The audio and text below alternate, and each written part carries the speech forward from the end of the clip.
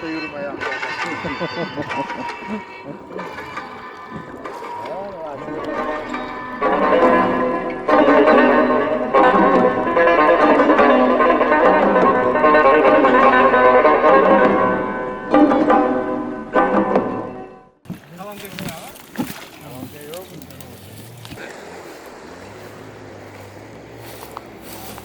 Kompaniyani madaniyatiga bog'liqda, shu eski o'sha jonga teggan adizisti nimasidan ham ketganda, kompaniyalar yosh bolalar bor, kompaniyalar nima yetishganlar bor. Bu yerda har xil madaniyatli kompaniyalar har xil bosqichda bo'lishi mumkin-da. Bitta javob bittasiga to'g'ri keladi, ikkinchisiga to'g'ri kelmaydi-da. Mana misol kompaniya boshida asoschi boshqaradi. U как ota g'amxo'r kompaniya bo'ladi.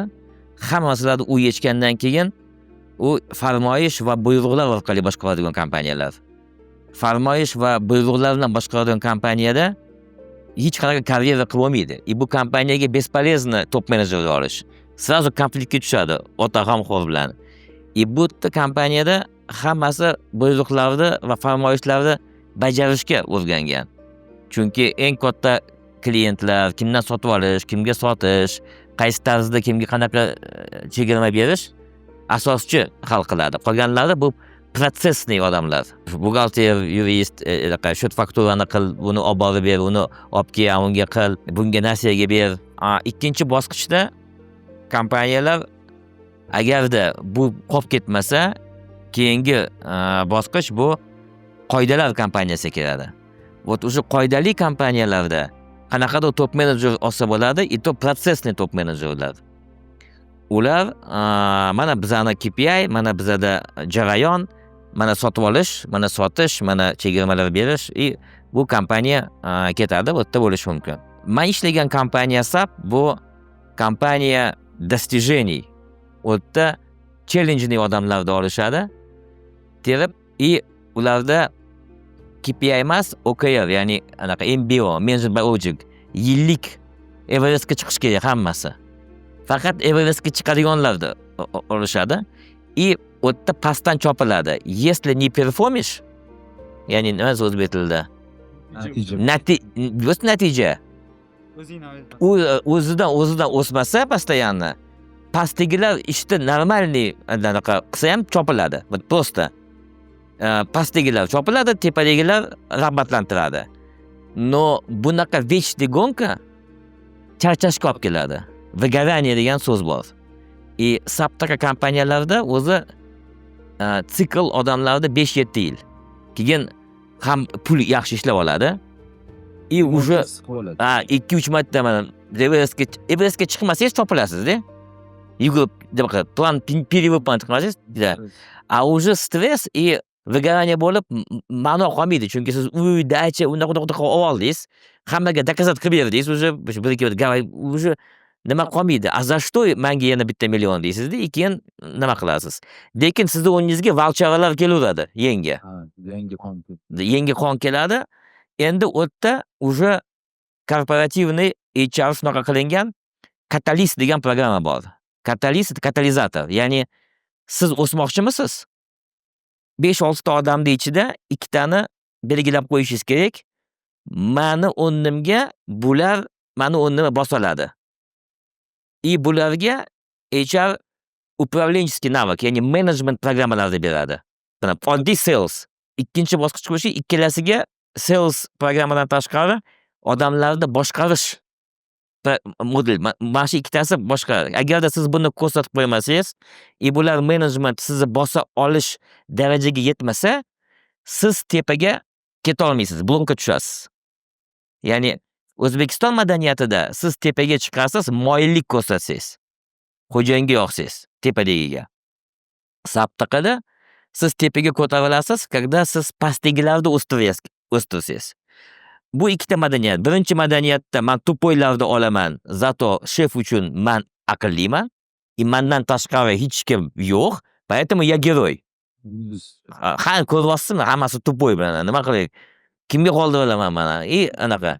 Siz psixologik tomondan zaif odamlarni qidirasiz. Ogilviyni bitta gapi bor. Men точно bilmayman, anaqa nima matryoshka bor ruscha aytadi. Matryoshkani zaif xodimlarni olsangiz, matryoshka kamayadi. Kuchli odamlarda bo'lsangiz, matryoshka kattalashadi. Bu yerda ham madaniyatda qo'rquv orqali boshqaradigan kompaniyalarda top management ambition Everestga ketmaydi. Risklari bor, nimalari bor, liderlik bo'lish kerak. Sapda shunaqa katalist. Siz nafaqat o'zingiz top bo'lishingiz kerak, siz top liderlarni o'stirishingiz kerak. O'shanda siz tepaga chiqasiz. Afsus, men bunaqa nimalarni tizimlarda unchalik ko'rmadim. Chunki men bor ko'rgan eng katta даже zo'r brend xodimlar uchun kompaniyalarda biz analiz qilganda o'tda shunaqa chiqqanki, brendi zo'r, lekin tepaga chiqayotganlarda bitta qadriyati yo'q. Ambition degan qadriyati yo'q. Ambitsiya degan nimagadir bizani xalqda, ya'ni Captiva, mashina stabilniy 100-200 ming doходga chiqib olsa, nimagadir bo'ldi. To'xtaydi. Nimaga tushadi? Mana shu pozitsiyani himoyasiga tushadi. Himoya pozitsiyasi xato qilmaslik pozitsiyasi. Xato qilmaslik pozitsiyasi uchun o'zicha aqlli qiladigan odamlar kerak emas. Pribul это plata za risk. O'sishda xato. Misol, men bir ikkita kompaniyada ishlab ko'rganman. Bizda qanaqa keladi? Top manaqa qilaylik deydi.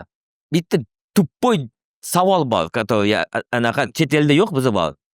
Ты отвечаешь за это? Ya'ni javob berasanmi deydi. Nimagadir u kelyapti sizga ideya bilan, siz uni approve qilyapsiz, no javobgarlikda u olish kerak. Agarda o'xshamasa, обязательно какой-то familiya, imya, rastrel bo'lish kerak-da. Boshqa jamoada bizni qabul qildik-ku bu anaqani. Siz keldingiz, finansist, hammasi o'tirib, ну окей, давай попробуем.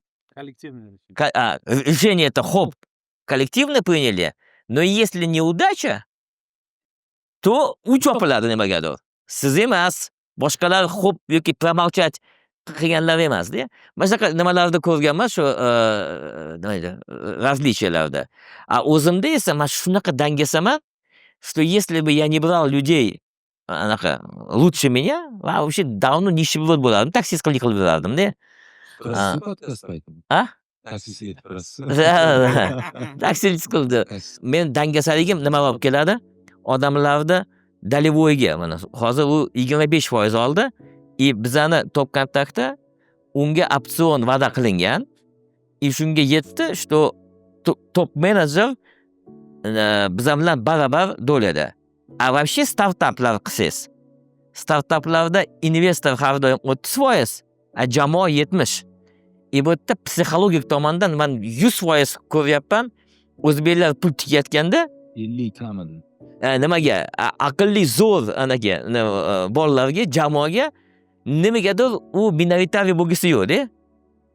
Mana hozir men Davlatda investitsiya xudoga shukr oldim.